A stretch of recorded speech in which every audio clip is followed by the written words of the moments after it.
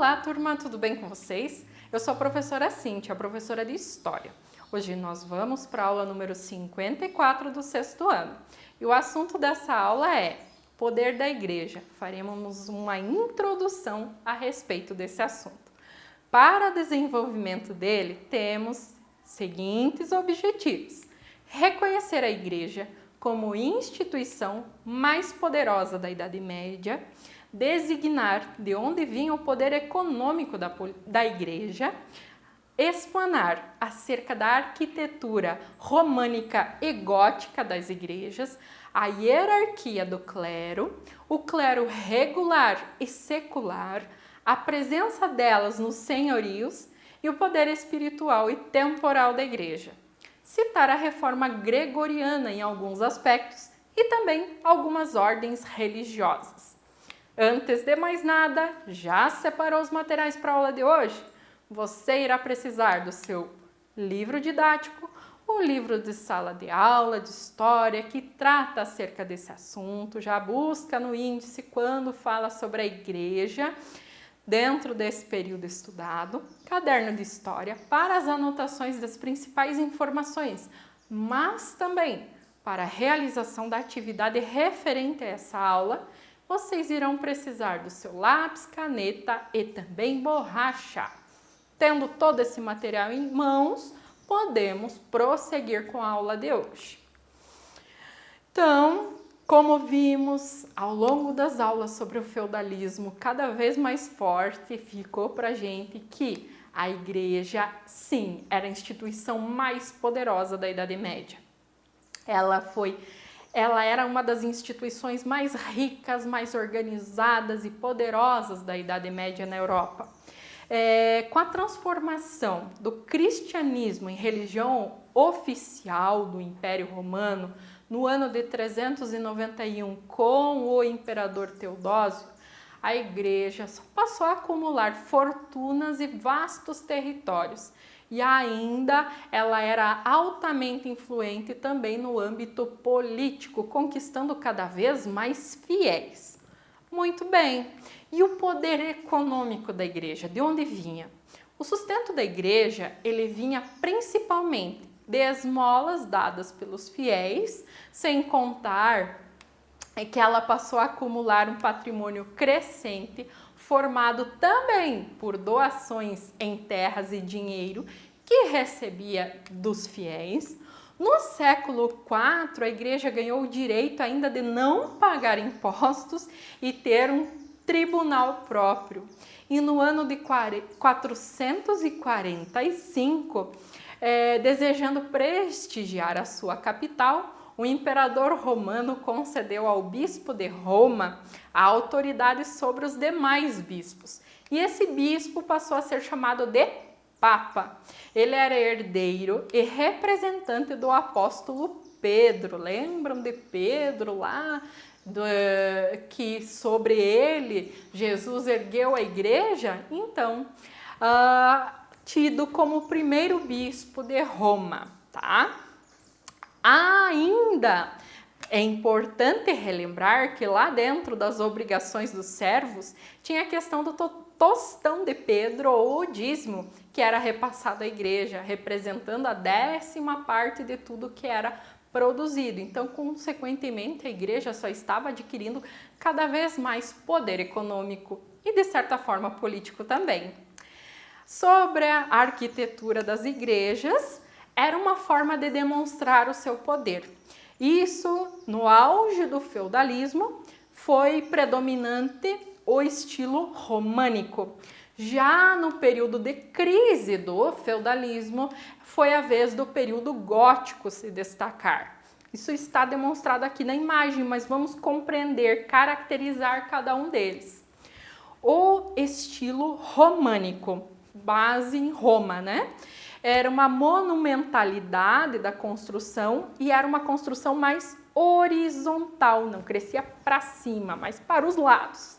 As paredes eram grossas de pedra, maciças, pilares e abóbadas circulares. Era a chamada fortaleza de pedra e era um lugar de proteção de Deus. Já no período gótico, percebe-se paredes finas, sustentadas por arcobotantes, que eram suportes externos ao edifício. As janelas eram enormes e os vitrais luminosos para entrar luz dentro. Arcos em forma de ogiva, torres esguias e pontiagudas. Ali percebia-se a busca de Deus por meio da transcendência, através da verticalidade das construções, chegar mais perto de Deus. Por isso elas são mais altas que as outras do período românico que cresciam para os lados. Muito bem. Ainda sobre a hierarquia dentro da igreja. No século V, a igreja era uma instituição bem organizada e hierarquicamente definida, além de estar bem instalada no continente. Percebam que nós tínhamos como topo da pirâmide o Papa, mandava em tudo e a todos. Aí tinham os bispos na sequência e padres e sacerdotes. Os dois primeiros representavam o clero regular, já o último, o clero secular. E mesmo para participação dentro da igreja, eles podem ser divididos em alto clero e baixo clero. Os servos poderiam fazer parte do clero? Sim, somente do baixo clero. Os nobres poderiam participar do clero? Sim, somente do alto clero, tornando-se papa, bispo, arcebispo e assim por diante. Falando sobre clero regular e secular, qual é a diferença? No clero regular, quem fazia parte eram membros de alguma organização religiosa e a função deles era administrar a igreja, formular leis e regras. Por isso, regula em latim é de regras. Já o clero secular é o conjunto de clérigos que não vivem em uma instituição religiosa. Eles fazem as obras mais direcionadas para a comunidade, convivem com as pessoas. E a palavra secular deriva de saeculum, que significa mundo. Então, eles vivem mais próximo das pessoas, mais próximo ao mundo de fato. O clero regular vivia em isolamento em relação aos fiéis, já o secular vivia em contato mundano, contato com os fiéis, por isso mundo.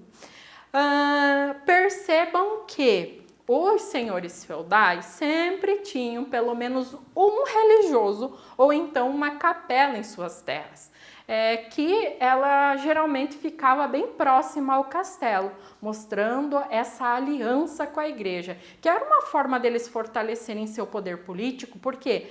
Porque era muito daquela situação, você está no poder, você tem esse senhorio porque Deus quis assim, e respeita a vontade de Deus, mais ou menos nesse sentido. Os religiosos, eles se dedicavam à conversão de bárbaros, né, aqueles povos estrangeiros, e promoviam a integração com os romanos. Com isso, eles ganhavam prestígio e passaram a assumir funções administrativas nos novos reinos.